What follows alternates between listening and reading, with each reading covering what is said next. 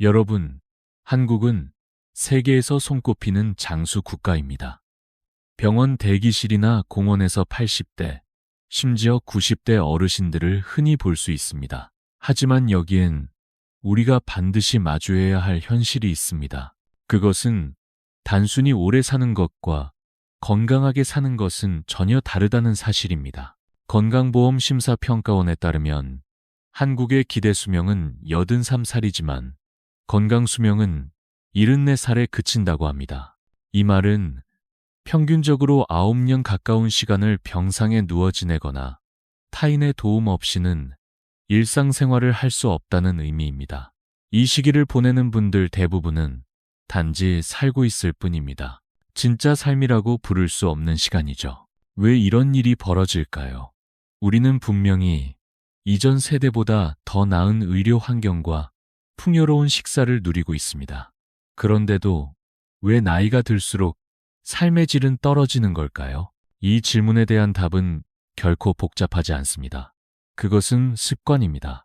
특히 예순 이후에 우리가 매일 반복하는 작고 사소한 생활 습관들이 건강의 방향을 결정합니다. 오늘 이 이야기를 통해 여러분께 꼭 전하고 싶은 것이 있습니다. 그것은 단지 병을 예방하자는 차원을 넘어서 남은 시간을 보다 의미 있게 살아가자는 것입니다. 그리고 그 시작은 아주 작고도 단순한 한 걸음에서 시작됩니다. 이제 그 첫걸음을 함께 내디뎌 볼까요? 그 첫걸음은 바로 앉아있는 시간을 돌아보는 것입니다. 대부분의 어르신들은 이렇게 말씀하십니다. 나는 매일 아침 공원을 걷는다. 운동도 하고 식사도 잘 챙긴다.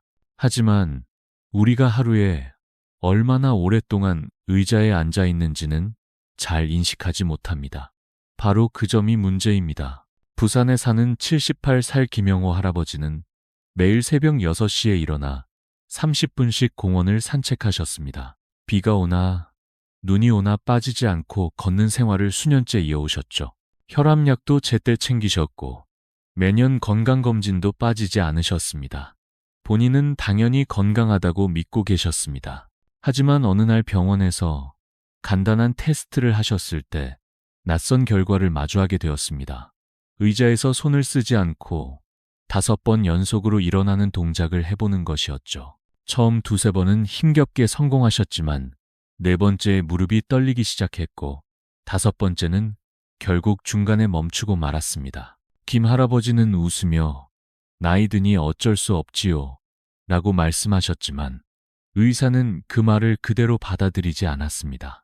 같은 나이대에서도 그 동작을 10번, 15번 가볍게 해내는 분들이 있기 때문입니다.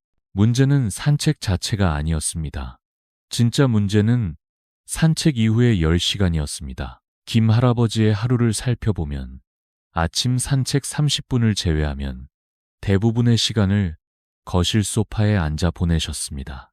아침 식사 후 신문 읽기 2시간, TV 시청 3시간, 점심 후에는 독서와 전화통화, 장기 책 보기 등 다양한 활동을 하시지만 모두 앉은 채였습니다. 저녁 식사 후 드라마까지 보면 하루 중 11시간이 넘게 앉아있는 셈입니다. 운동과 앉아있는 시간은 별개의 문제입니다. 국립노화연구소 자료에 따르면 하루에 30분 산책을 하더라도 나머지 시간을 장시간 앉아있으면 신체에 심각한 영향이 생깁니다.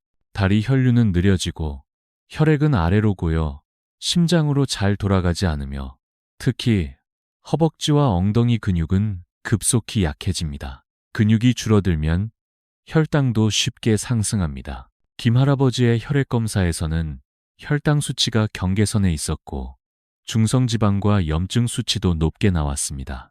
그럼에도 불구하고 그는 아무런 증상을 느끼지 못했습니다. 그만큼 이 변화는 조용하고 은밀하게 다가옵니다. 그래서 더 무서운 것이지요. 다음 이야기는 밤마다 잠을 설치는 또 다른 어르신의 사례입니다. 김영호 할아버지처럼 낮 동안 움직임이 적은 생활은 결국 밤의 잠자리까지 영향을 미칩니다. 잠을 잘 자지 못하면 몸도 마음도 점점 지쳐갑니다. 그리고 이 문제는 혼자 사는 어르신들에게 더욱 깊게 다가옵니다. 바로 지금 소개할 임순자 할머니의 이야기처럼 말입니다. 대구에 사는 75살 임순자 할머니는 남편을 먼저 떠나보낸 지 5년이 넘었습니다.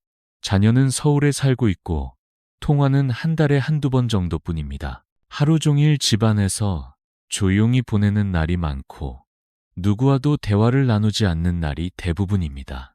병원에 오셨을 때 제가 가장 먼저 느낀 건 눈 밑에 깊게 내려앉은 그늘이었습니다. 언제부터 잠을 잘 못 주무셨어요? 라는 질문에 할머니는 의아하다는 표정으로 말씀하셨습니다. 아니에요. 저는 매일 저녁 8시에 자요. 하지만 이야기를 더 나누다 보니 진실이 드러났습니다. 저녁에는 일찍 잠자리에 드시지만 새벽 한두 시쯤이면 꼭 한 번 깨십니다. 그리고 다시 잠이 들지 않아 이른 아침까지 뒤척이시죠. 실제로는 5시간 남짓한 얕은 잠만 이어지고 있었던 겁니다. 많은 어르신들이 이렇게 말씀하십니다. 나이가 드니 원래 잠이 줄어들어요. 하지만 그것은 단순한 나이 탓이 아닙니다. 60이 넘은 몸도 여전히 7시간 이상의 수면이 필요합니다. 오히려 나이가 들수록 깊은 수면은 더욱 중요합니다. 왜냐하면 깊은 수면 중에만 뇌는 쌓인 노폐물을 씻어내고 기억력을 유지하는 데 필요한 정리를 하기 때문입니다. 임 할머니는 최근 기억력 저하로 고민이 많으셨습니다. 열쇠를 어디 뒀는지 기억이 안 나서 3시간이나 찾아다닌 적이 있어요. 그렇게 말씀하시며 눈시울을 붉히셨죠. 이는 단순한 깜빡임이 아니라 수면 부족으로 인해 뇌가 충분히 회복되지 못한 결과였습니다. 그렇다면 왜 잠이 오지 않았을까요? 그 원인은 몸이 아니라 마음에 있었습니다. 밤이 되면 불안이 몰려옵니다. 오늘 밤 갑자기 쓰러지면 어쩌지? 누가 알기나 할까? 그런 생각이 계속 머릿속을 맴돕니다. 바로 외로움과 고립감에서 비롯된 불안이 깊은 잠을 방해하고 있었던 겁니다. 이제 다음 이야기로 넘어가 봅시다. 대화를 나눌 사람이 한 명도 없는 일주일. 그 고요함 속에서 몸과 마음이 어떻게 무너지는지를 보여주는 이야기입니다. 잠을 이루지 못하는 밤이 반복되면 자연스레 사람들과의 관계에서도 멀어지게 됩니다. 그리고 그 고립은 다시 불면을 부르고 이렇게 몸과 마음이 동시에 무너져가는 악순환이 시작됩니다. 이번에는 김복순 할머니의 이야기를 통해 그 고요한 외로움이 건강에 어떤 영향을 미치는지를 나눠보려 합니다. 인천에 사는 74살 김복순 할머니는 남편을 옆편 후로 10년 가까이 혼자 살아오셨습니다. 자녀들은 멀리 떨어진 곳에 살고 있어 연락도 드문 편입니다. 하루하루는 조용하게 흘러갑니다. 아침에 일어나 집안일을 하고 점심은 혼자 간단히 해결하고 오후에는 TV나 책을 보며 시간을 보냅니다. 그 속에는 누구와도 진짜 대화를 나누는 시간이 없습니다. 제가 가장 놀랐던 건 할머니의 이 한마디였습니다. 이 일주일 동안 인사말 외에 누군가와 대화를 나눈 기억이 없어요. 시장에서는 계산할 때 감사합니다. 한마디, 엘리베이터에서는 안녕하세요 정도. 하지만 진심 어린 대화는 단 하나도 없었습니다. 인간은 사회적인 존재입니다. 이야기를 나누고 함께 웃고 누군가에게 자신의 이야기를 털어놓을 때 뇌는 자극을 받고 마음은 안정됩니다. 하지만 그런 연결이 사라지면 몸은 스스로를 방어하는 상태로 들어갑니다. 염증 반응이 증가하고 스트레스 호르몬이 높아지며 면역력은 떨어집니다. 결과적으로 심장이 약해지고 혈압이 오르며 수면에도 문제가 생깁니다. 김 할머니는 어느 날 이런 말을 하셨습니다. 그냥 도서관에라도 가볼까 했지만 괜히 민폐가 될까 봐요. 그 말 속에는 자신을 작게 만드는 마음이 담겨 있었습니다. 하지만 제가 드린 제안은 아주 단순했습니다. 혼자 책만 보셔도 괜찮아요. 그저 사람이 있는 공간에 가보는 것부터 시작해보세요. 그렇게 시작된 변화는 아주 작았지만 확실했습니다. 매주 한 번 도서관에 가고 우연히 만난 또래 여성과 책 이야기를 나누고 한 달 뒤에는 함께 차를 마시는 사이가 되었습니다. 그리고 3달 후 할머니의 얼굴에는 확연히 다른 표정이 자리 잡고 있었습니다. 웃는 시간이 늘었고 무엇보다 밤에 푹 잘 수 있게 되었다고 하셨습니다. 몸은 마음을 따라가고 마음은 관계를 통해 회복됩니다. 다음 이야기는 우리가 흔히 건강하다고 믿고 있는 식단이 어떻게 몸속을 천천히 무너뜨리는지를 보여줍니다. 사람들과의 관계가 회복되고 마음이 안정되면 잠도 깊어지고 하루가 달라집니다. 그런데 그 하루를 구성하는 또 하나의 중요한 요소는 바로 식사입니다. 많은 어르신들이 자신이 건강한 식습관을 가지고 있다고 자부하시지만 실제로는 그 식단이 몸을 서서히 해치고 있을 수 있습니다. 이번에는 박철수 할아버지의 이야기를 통해 그 진실을 들여다보려 합니다. 전주에 사는 71살 박철수 할아버지는 건강에 관심이 많으신 분입니다. 젊을 때부터 기름진 음식은 멀리했고 식품 라벨도 꼼꼼히 따져보는 습관이 있으셨습니다. 아침엔 통밀빵 2조각에 저지방 우유 1잔, 오렌지 주스를 곁들였고 점심은 편의점에서 저칼로리 도시락을, 간식으로는 통곡물 과자와 녹차를 드셨습니다. 저녁은 생선구이와 샐러드, 된장국으로 마무리하셨죠. 누가 봐도 균형 잡힌 식단처럼 보였습니다. 하지만 오후만 되면 심한 졸음이 밀려왔고 머리는 멍해지고 관절은 뻐근했습니다. 체중도 조금씩 늘어나고 있었죠. 병원 검진에서는 혈당 수치가 당뇨 직전 단계였고 염증 수치도 기준치보다 훨씬 높게 나타났습니다. 박 할아버지는 의아해하며 이렇게 말씀하셨습니다. 이렇게 건강을 생각하며 먹고 있는데 왜 이런 결과가 나오는 거죠? 그 원인은 아침 식사에 숨어 있었습니다. 통밀빵과 오렌지 주스는 건강식처럼 보이지만 실제로는 높은 당 지수를 가진 조합입니다. 특히 나이가 들수록 인슐린 작용이 둔해지고 탄수화물을 처리하는 능력이 떨어지기 때문에 혈당이 급격히 올라갔다가 떨어지는 현상이 자주 일어납니다. 이 과정에서 극심한 졸음과 집중력 저하, 피로감이 생기는 것이죠.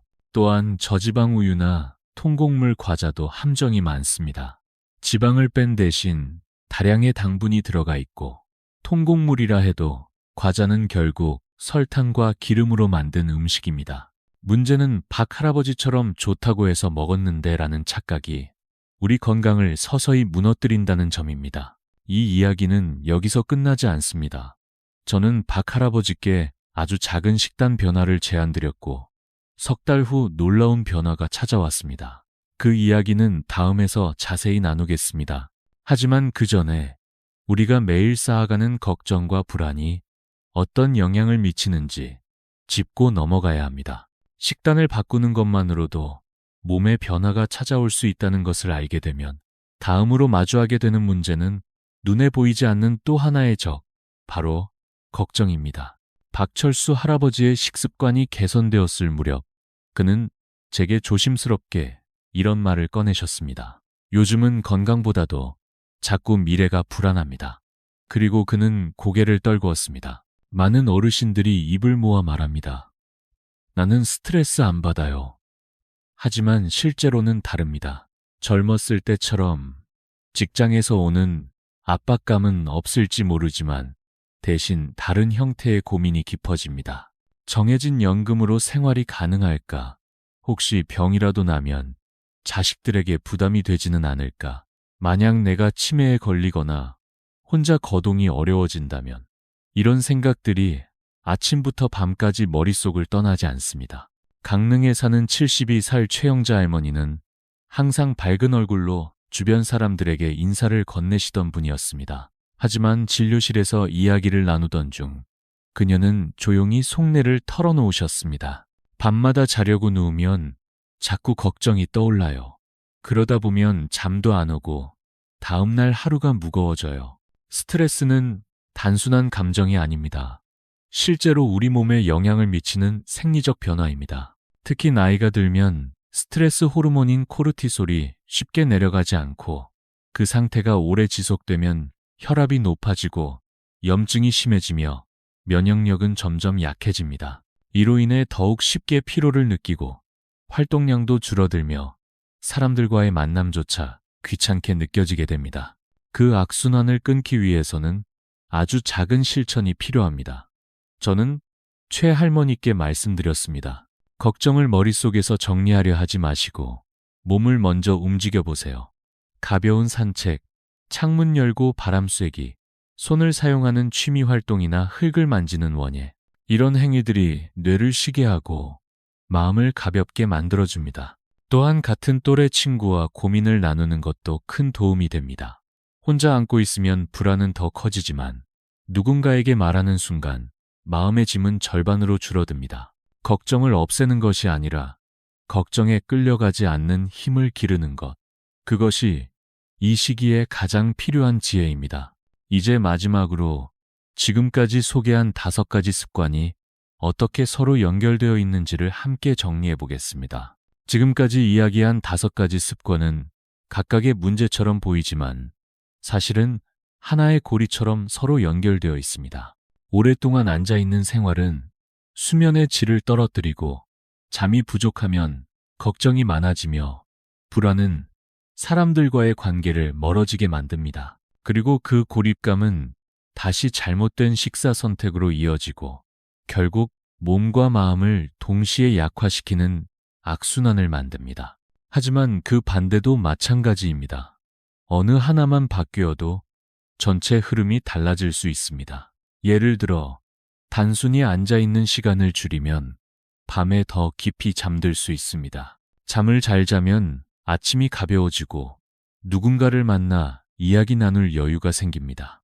함께 웃고 걷다 보면 마음이 편안해지고 식사도 더 신경 쓰게 됩니다. 그렇게 몸과 마음이 함께 회복되기 시작하는 것입니다. 제가 만났던 많은 어르신들이 이렇게 물으셨습니다. 이 나이에 뭘 바꿔서 뭐가 달라지겠어요? 저는 그 질문에 항상 같은 대답을 드립니다. 달라집니다. 80이 넘어서도 몸은 회복할 수 있는 힘이 있습니다. 변화는 거창할 필요가 없습니다. 단지 오늘 하루 아주 작은 선택을 바꾸는 것만으로도 충분합니다. 그것이 바로 건강한 노년의 시작이 될 수 있습니다. 그렇다면 오늘 여러분은 어떤 한 걸음을 내디뎌 보시겠습니까? 50분마다 자리에서 일어나는 습관일 수도 있고 오늘 저녁엔 조금 더 일찍 이부자리에 드는 것일 수도 있습니다. 아니면 오랜만에 친구에게 먼저 전화를 걸어보는 일일 수도 있겠죠. 중요한 것은 크기가 아니라 방향입니다. 지금까지 쌓아온 삶의 무게를 부정할 필요는 없습니다. 하지만 남은 시간은 지금 이 순간부터 다시 설계할 수 있습니다. 몸은 여전히 반응할 준비가 되어 있고 마음도 다시 회복될 수 있는 힘을 가지고 있습니다. 이 영상이 여러분께 작은 계기가 되었기를 바랍니다. 그리고 혼자만 보지 마시고 사랑하는 가족과 친구에게도 꼭 나누어 주세요.